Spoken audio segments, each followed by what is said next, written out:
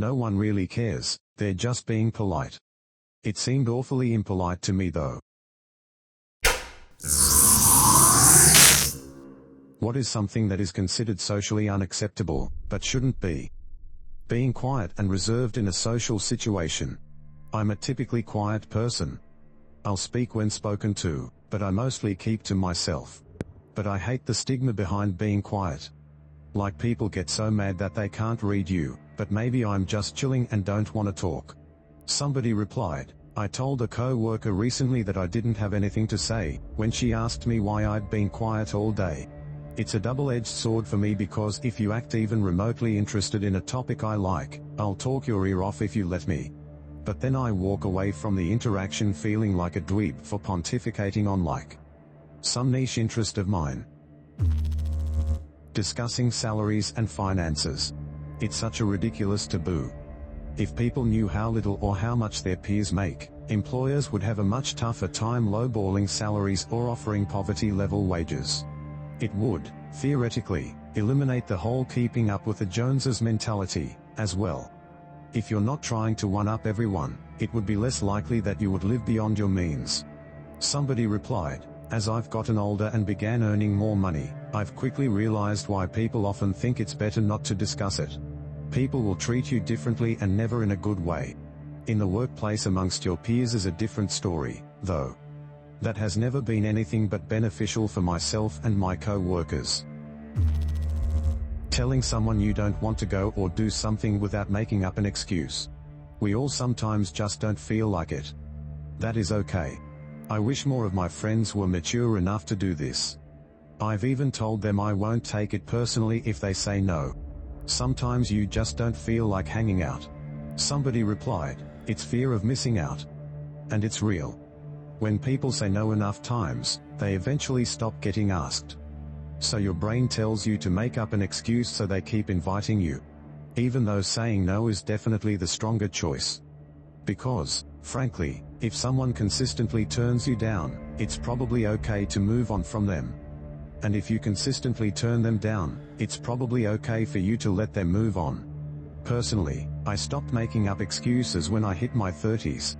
A lot of times, if I say I just got tired when I sat down on my couch, the other people involved are like OMG me too. Can we reschedule? I find a lot of people are less enthusiastic the day the plans come than they are while making or agreeing to the plans. In my country, it is considered an offense by most people when you refuse the drink they offer you. It doesn't matter if you have to drive, and it's obviously illegal to drink and drive, or already feel drunk and don't want to drink anymore. This shouldn't be a thing. People should respect others when they wish to stay sober. Me and my husband have found a way around it though. We always carry a pack of medicine, and whenever someone tries to pressure us into drinking, we show it and say, sorry, I am on medication for my tooth and it shouldn't be mixed with alcohol. That seems to do the trick. Somebody replied, I take anti-anxiety medication and it's not recommended to drink alcohol while taking them. Apparently, it can be really hard on your liver already taking my meds, so alcohol exacerbates the damage. The number of times I've felt the need to explain why I don't drink is crazy. Furthermore, people routinely, family included, tell me a few won't hurt ya. Like, cool, let's switch organs so I can destroy your liver, and keep mine a bit more intact. Not getting married or having kids. Many people mess up their lives because they felt the obligation to follow a life script. As much as I love my nephews, I don't look forward to more than 20 years of having a dependent that I have to keep an eye on. In addition, one of my sister's kids is so autistic that he will need full-time care for the rest of his life. Parenthood sounds like a nightmare. I told my last partner that I had no interest in having children. Later, I learned that she told my mother she intended to convince me otherwise. I'm glad that one is over. Being honest about your intentions when you are dating. It's depressingly common too, and a huge part of why I stopped dating. Somebody replied, I saw a clip of a comedian the other day. He said he has a newfound respect for autistic people because he saw two autistic people on a first date. They were asked to name 3 things they liked. One person said Batman, trains, and chocolate milk, and he asked the lady if she liked any of those things, She said no. They left and ended the date right there. There was no fussing or fighting. If you have a severe diagnosis of a mental illness, people automatically stigmatize you. They make all kinds of assumptions about you, even when they don't know anything about you. They may think you're completely broken and incapable of doing anything. Somebody replied, "People judge me so hard for having bipolar. I've been called so many horrendous things. Everyone thinks mental disorders are cute, or they say it's perfectly okay to have them until the bad parts of it come out, and yes, that does include ADHD." When you tell people you are dying, they will find ways to pretend that you are not. It is weird. It's so weird how we live in a society that denies death. And to piggyback off of this, talking about grief. People get uncomfortable when you talk about losing someone, at least in my experience. I still remember when I was 22 and my cousin asked if he could come see me. I said sure and told him to come over at 2. I was so excited for him to come over that I bought snacks and beer and set up both my Xboxes and TVs in the living room so we could hang out and game. He showed up and explained that he was having a hard time because his biological dad had overdosed and it was up to him as next of kin to decide whether to pull the plug. My cousin didn't even know the man. He had been absent from his life since before day 1. I didn't know what to do, so I offered him some Doritos and a controller. I still panic thinking about the fact that he came to me for help and I just shut down. Going to things like movies, concerts, sporting events or restaurants etc. alone. You should be able to go out and enjoy things without needing friends or someone else to be there with you. I mean, why do you need someone to join you to sit in silence and watch a movie? That never made sense to me. My wife hasn't gone to a movie with me in about 4 years. I love going by myself. I love going to early morning showings, smaller crowds, and I still have the rest of my day to do stuff.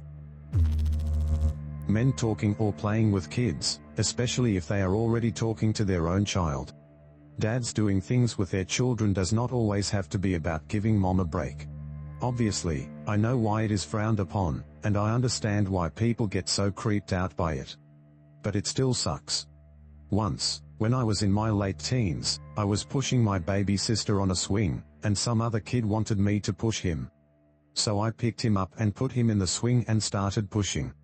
The woman with him, I guess, finally noticed and got super pissed. The other time, I was in the mall and some little Hispanic boy was scared and crying, and no one stopped to see what was wrong. I watched for a bit to see if anyone was going to go to him, but no one did. So I, a 6'1" big white guy, went to talk to him, and I found out he was lost. I took him to sit on the bench nearby and called security. In the 2 to 3 minutes it took for security to arrive, I got so many weird and dirty looks. Somebody replied, "I am a woman with no interest in children. I understand the need for safety, but I am sad that we have culturally vilified half the population of people who have the heart to help out little kids." As an awkward person, I can only imagine what it is like for a man to have to negotiate all the social hoops and nuances he has to adopt in any context in which he is exposed to kids. I don't get how any of that prejudgment is protective of kids at all. Staring at people's tattoos. If you have a cool tattoo, I'm going to look at it. Somebody replied, "I have ink. If I didn't want you to look at it, I wouldn't have it out." Treating work like just work. I like my work and get along great with my colleagues at work. But I just don't want to go out for drinks afterwards, have team events, Christmas parties and whatever. Work. Get paid. Have life outside of work with other people. To be clear, I don't want to cancel social events at work. I just want them to be explicitly optional, with no weird looks for not attending. Somebody replied, "The idea of social life revolving around work tends to make people dislike the workplace." Standing up to or cutting off an abusive family member. Don't give me that, but their blood speech. If you're an awful person, I want to be as far as possible from you. No one in my family is a drug addict or a deadbeat alcoholic or anything. They are normal people that contribute to society. But when it comes to how they treat not only me, but how they treat each other, if I had a choice, which I don't because I just recently became 18 and have zero money with no source of income in a country that has a seriously messed up economy, I would leave them all behind for good, or at the very least distance myself from them. Yes mom, I know you are the one that raised me and pays the bills, but that doesn't give you the right to call your own son useless for not doing good enough in school, especially when your son has explicitly expressed to you, both directly and by a couple therapists, that he hates himself and has severe depression. No mom, I don't give a damn if you're my mom. That doesn't automatically mean I should act like our relationship is perfect and I should stick to you like glue. It always felt weird to me how I treat my friends like my family and my family like my friends. No, not even that. Mere acquaintances, but I know for a fact that it's because I can be myself with my friends without being shamed or judged. Calling customers out for poor behavior. I work in retail and let me tell you, it is my dream to tell those few customers what pieces of poop they are. They treat us, retail assistants, as if we set out the prices and the deals and promotions, etc. There was this one customer that wanted to return an old, clearly worn shirt. I told him that our policy said that we were unable to accept the return as the shirt was badly stained, the fabric was faded, he didn't have the receipt as proof of purchase and he exceeded the 2-week time period from the date of purchase to return the item. He argued with me to the point where I called the manager. When she got there, she told him the exact same thing I told him. So he threw his shirt on the floor and left. 2 days later, I happened to walk past this same man. He sees me, looks directly at me, and started swearing. All I did was laugh at him because I found this so petty that someone could hold a grudge because of a $10 shirt. Somebody replied, if I won the lottery, I wouldn't quit my job. I'd just go in and say whatever I wanted to the people. Some of them are really mean. I'm sure I'd eventually get fired. But it would be fun while it lasted. Saying how you actually feel. I'm not sure if it qualifies for the prompt, but I think it's incredibly rude to ask someone how they're doing when they don't actually care. Like, if I answer that question honestly, I'm going to ruin both of our days instead of you just ruining mine. Somebody replied, when I was a kid, some family friend asked me how I was doing. I said I was having just an awful day, my cousin had stolen and broken one of my toys and I was so sad about it.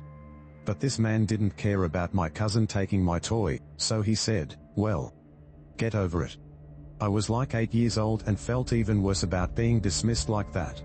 My mom had a conversation with me later and she said, whenever someone asks how you are, you always say fine.